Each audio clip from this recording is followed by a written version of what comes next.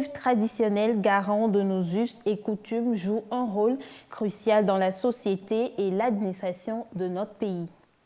La préfecture d'Aguenivé fait face à une alerte sanitaire après la détection de cas de choléra dans plusieurs quartiers. Nous en parlerons. Et puis, 15 ans après, le drame de Cabinda retourne sur l'attentat qui a marqué l'histoire des éperviers du Togo.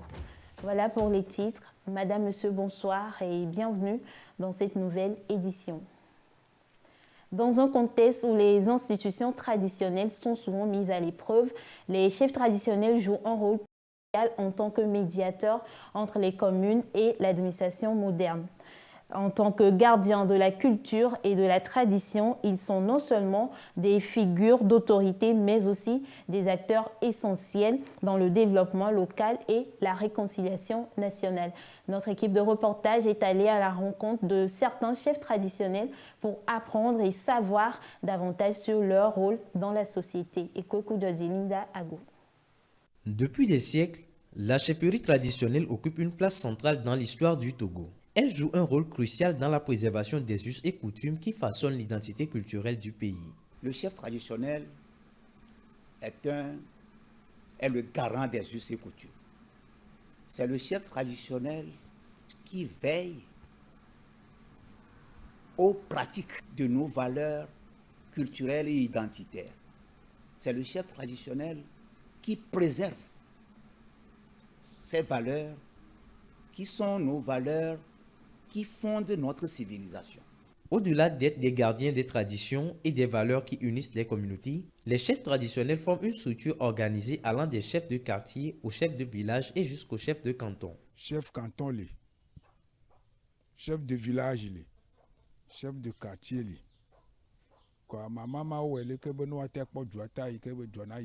Chef quartier, la collectivité, chef quartier,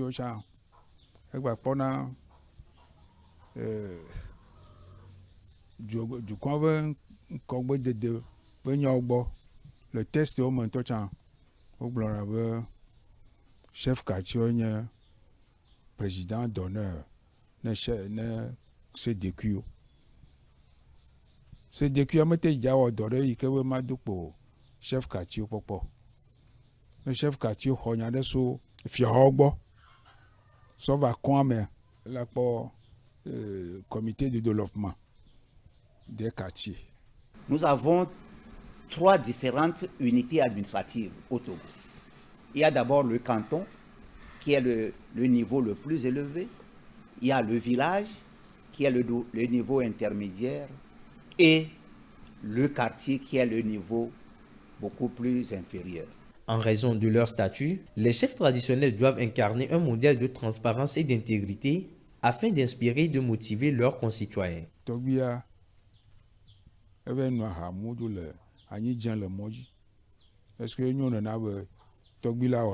Chef quartier de la Tonyao, chef quartier de la de Boubouiro Quinchi. Kafi Boubounyema, il va sonner du comme vieux. La chefferie traditionnelle au Togo est bien plus qu'une simple institution. En incarnant des valeurs de transparence et d'intégrité, ces leaders inspirent la confiance et l'engagement de leurs concitoyens, renforçant ainsi le tissu social et culturel au Togo. À Lomé, le marché de la commercialisation des oignons est en pleine effervescence. Au marché de Klikamé, chaque jour, producteurs, grossistes et détaillants s'y retrouvent pour écouler des tonnes d'oignons. Quels sont les enjeux et défis auxquels sont souvent confrontés ces commerçants? Richard Mailly. L'oignon, souvent désigné comme l'or blanc, est un ingrédient incontournable de nombreuses cuisines à travers le monde et particulièrement au Togo. Apportant saveur et profondeur au plat, il joue un rôle crucial dans l'alimentation quotidienne. Cultivé sur nos terres ou importé des pays de la sous-région, l'approvisionnement de ce condiment tant apprécié n'est pas une tâche facile pour ceux qui la commercialisent. Les défis sont nombreux. On quitte le Niger, en même temps on passe par le Bénin et on rentre au Togo ici. Voilà, c'était simple. Mais l'année passée, il y a eu des problèmes, la fermeture des frontières, tout ça, ça a mené que donc on quitte le Niger pour entrer au Nigeria avant de revenir au Bénin pour passer par là. Donc, il y a un long trajet. Un long trajet, ça fait qu'il y a des taxes, les prix de transport. Donc, on ne peut pas amener. Si on amène, nous, on est obligé de mettre les prix sur ça avant de faire enlever de faire sortir pour nous. Donc, si on prend le Niger, vous voyez que le Niger et le Burkina. Le Burkina, c'est simple. Le Burkina, c'est simple qu'ici, c'est pas trop long là-bas. L'important de ce condiment ne se limite pas seulement à la gastronomie.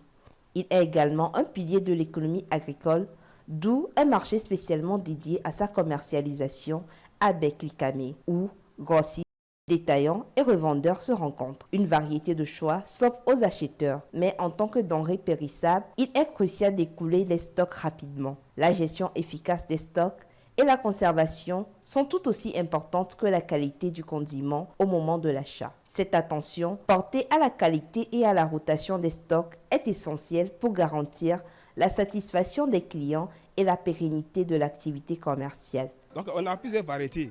Surtout le Niger, on a plus de 2. Il y a Galami, il y a Galami, il y a Agadez, ça c'est Niger ça. Le Burkina, on a jusqu'à 3. Il y a Narengo, il y a Koudougou. Donc il y a plusieurs villes aussi là-bas aussi, on cultive. Donc ça, on prend les noms, on donne à oignon en même temps. On n'arrive pas à conserver oignon. Ouais, non, on n'arrive pas à conserver, c'est ce qui est notre problème. Une fois ça arrive, au moins, il faut dans 3 jours, il faut évacuer ça. Donc c'est le pourquoi il y a les dames, les bonnes dames. Donc tu es obligé de chercher les clients. Si ça vient, donc c'est à eux que tu dois appeler et leur donner. Parce que quand tu restes ça 3 jours, 4 jours, ça va commencer à gâter. Il y a différents types d'oignons, en somme 4. Mais à vrai dire, la meilleure qualité, c'est celui provenant du Niger. Pour tout jeune qui s'intéresse à ce domaine et souhaite se lancer, la démarche à suivre est relativement simple. Notre commerce, ce n'est pas tout le monde qui le pratique. Soit ta mère ou ta sœur, soit tu viens voir le syndicat et le syndicat t'adhère. Mais si tu veux venir acheter en détail et revendre à la maison, il n'y a pas de problème. Si tu nous emmènes l'argent, nous, on te le vendra. Le prix de vente est à 45 000 francs. Mais sache qu'on ne te le vendra pas à crédit, surtout si on ne te connaît pas. Le marché d'oignons à Lomé est un reflet vivant de la culture togolaise et un moteur économique essentiel. En soutenant les producteurs locaux et en adoptant des pratiques durables, nous pouvons garantir un avenir prospère pour ce marché emblématique. Que nous réserve l'avenir pour ce trésor culinaire? Parlons santé à présent. La préfecture d'Aguenivé fait face à une situation sanitaire critique avec la recrudescence du choléra. Depuis septembre 2024, 8 cas ont été confirmés, dont 3 décès, principalement dans les communes Aguenivé 1 et 4, notamment dans le quartier Aoussa Zongo. Quelles seraient les causes de la propagation de cette épidémie? On en parle avec Bamadiri. Togblé, une localité située dans la périphérie de Lomé, plus précisément dans la commune Aguenivé 4, est actuellement confrontée à une grave épidémie de choléra. Depuis quelques semaines, cette communauté, comme d'autres régions du pays, lutte contre la propagation de cette maladie infectieuse, mettant en lumière des défis majeurs en matière d'assainissement, d'accès à l'eau potable et de sensibilisation. Le choléra est une infection diarrhéique aiguë, provoquée par la consommation d'aliments ou d'eau contaminée par un microbe appelé Bacille vibrio choléra. Je suis dans la commune Aguenivé 4 et ici nous sommes au CMS Togblé. Dans la commune Aguenivé 4, nous avons 12 villages. Mais avec cette épidémie, nous avons quelques villages qui sont plus touchés. Plusieurs facteurs expliquent la rapidité de la propagation du choléra dans cette zone. Souvent, nous appelons le choléra d'habitude maladie des mains sales parce qu'il y a l'insalubrité. Donc, il y a les mains, les aliments qui sont souillés, manque d'hygiène, l'insalubrité dans la zone. Et si la zone est sale et qu'il y a une contamination d'emblée, et on peut aussi avoir cette infection du choléra. Il y a aussi le contact d'une personne qui est déjà contaminée par la maladie. Là, si on est en contact de ces derniers-là, et non seulement ça, et que nous ne pratiquons pas l'hygiène, là, d'emblée, nous aussi, nous pouvons être infectés par cette maladie. Comprendre les symptômes du choléra et respecter certaines mesures est essentiel pour pouvoir éradiquer cette épidémie. Nous avons la diarrhée. Il y a une diarrhée aqueuse. Diarrhée aqueuse, c'est une diarrhée qui est profuse. Rien que de l'eau, quoi. La personne fait les selles à répétition et rien que de l'eau.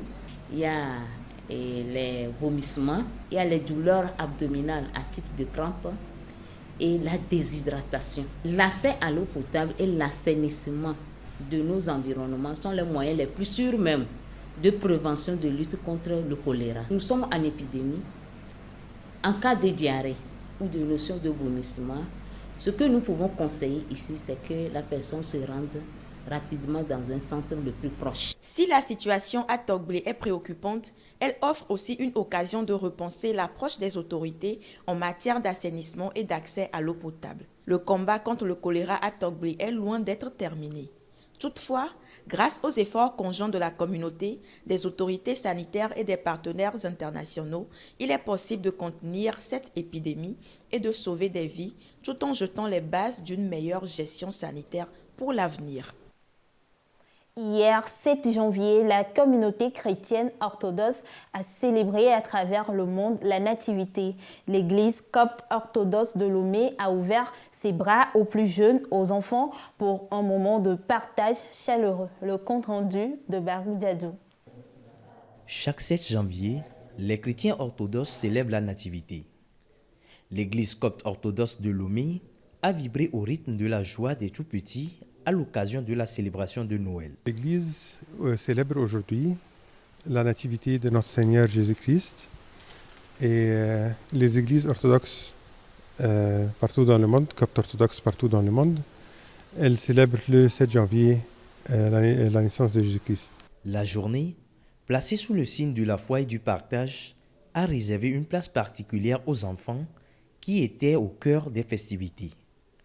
Entre chants, jeux et la très attendue distribution de cadeaux, cette célébration a insufflé un esprit de bonheur et d'espoir, rappelant l'importance des jeunes dans la transmission des valeurs de Noël. L'Église copte orthodoxe, elle célèbre Noël depuis la naissance de Christ. On célèbre le 29 du mois copte de Kiak et du coup, ça n'a pas changé depuis 2000 ans, depuis que Saint Marc l'apôtre et l'évangéliste, il a fondé l'Église en Égypte. Jusqu'à maintenant, on célèbre toujours le 29 Kiak, Noël. La célébration de Noël à l'église copte orthodoxe de Lomé a été un moment à la fois spirituel et festif, ancré dans la tradition et ouvert à la modernité. Une journée mémorable, riche en enseignements et en émotions, qui restera gravée dans les cœurs des fidèles et des enfants.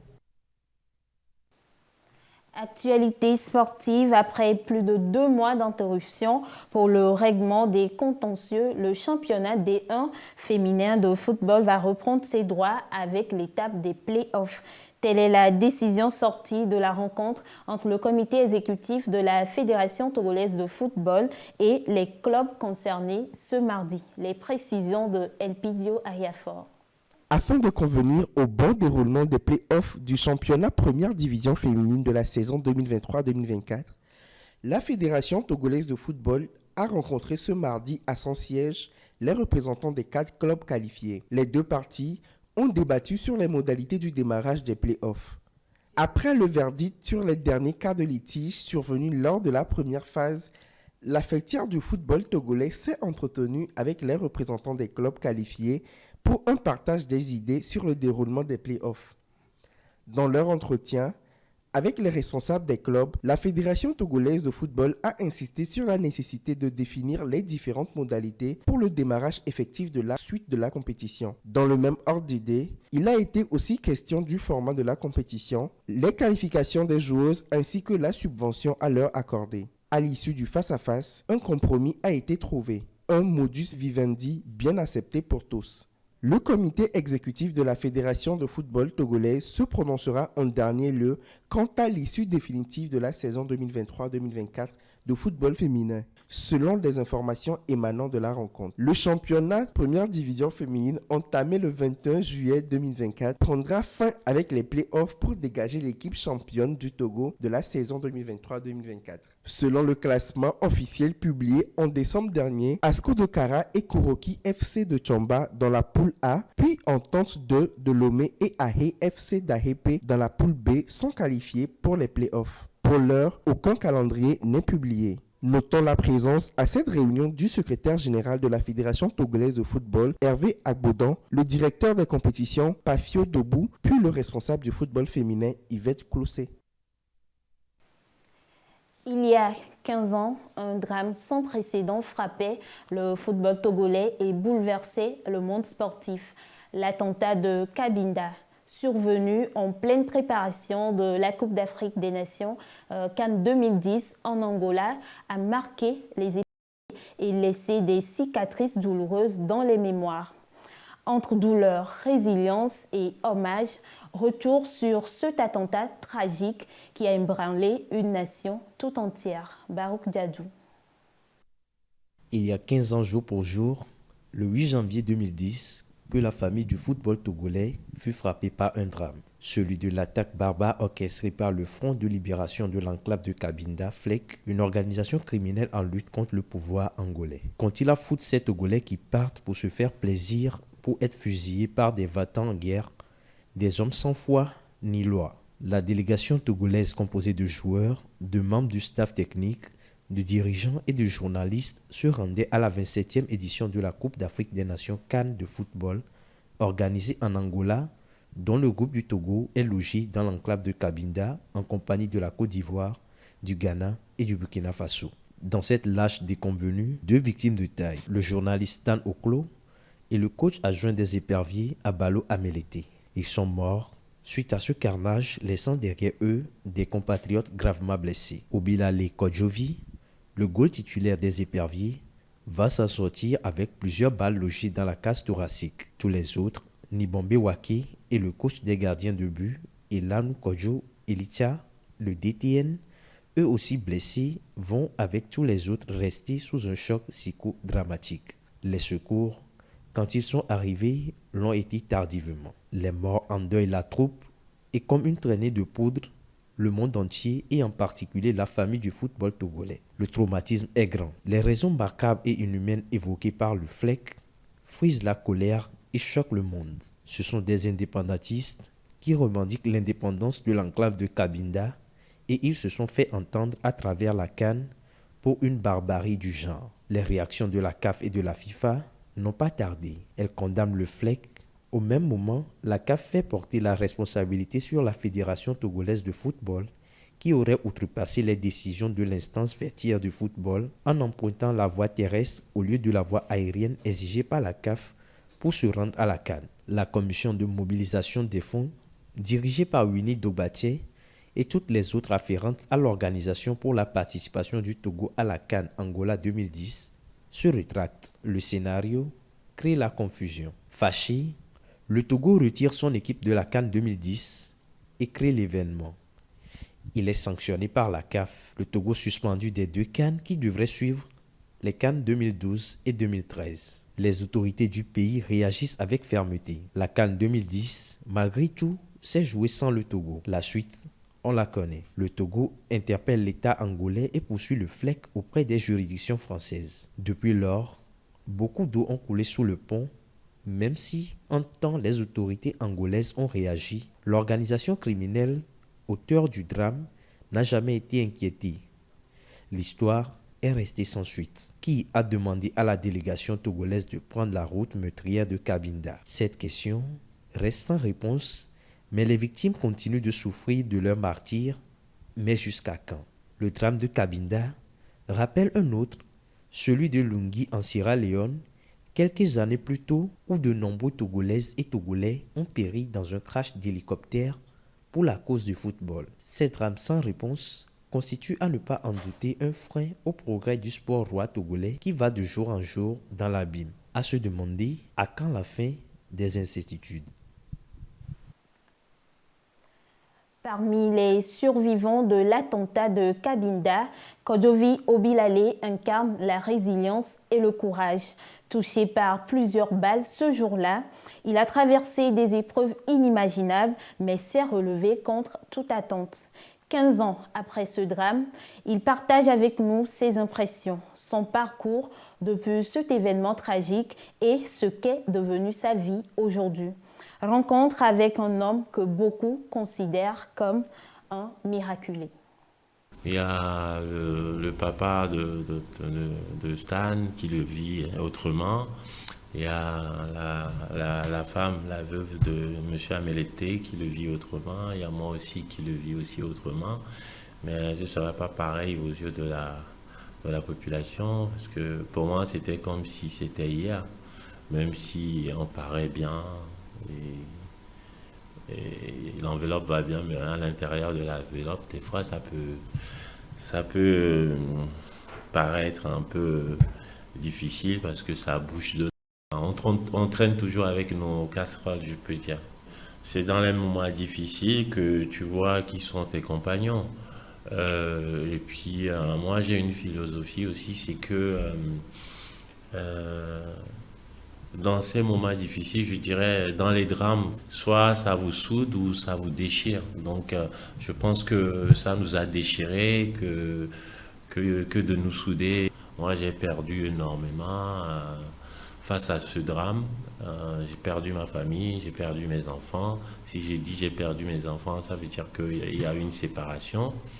Et puis, j'ai perdu ce que j'aimais le plus, ma passion. Et puis, j'ai perdu aussi des amis. Ma plus grosse difficulté, c'est l'acceptation, en fait. Parce que déjà, tu te lèves du coma, tu es allongé sur le ventre pendant des mois, et tu fais que des allers-retours dans la salle d'opération. Je tenais à le préciser quand même que j'ai été opéré au moins 11 fois. Et c'est pas anodin non plus. Moi seul, je sais ce que j'endure parce que je reviens de la rééducation. C'est matin, midi, soir, non-stop. Et je voulais pas aller en profondeur de ce que je fais réellement là-bas. Et je ne sais pas s'ils seront prêts à le faire. Je précise quand même que j'ai été opéré au moins 11 fois et que j'ai été touché par la colonne vertébrale, vessie perforée, le foie perforé, intestin perforé. Je suis là aujourd'hui et je ne sais pas par quelle force, mais je tiens à remercier Dieu. Et voilà, c'est la fin de cette édition. Merci de votre attention. Bonne suite de nos programmes. À demain.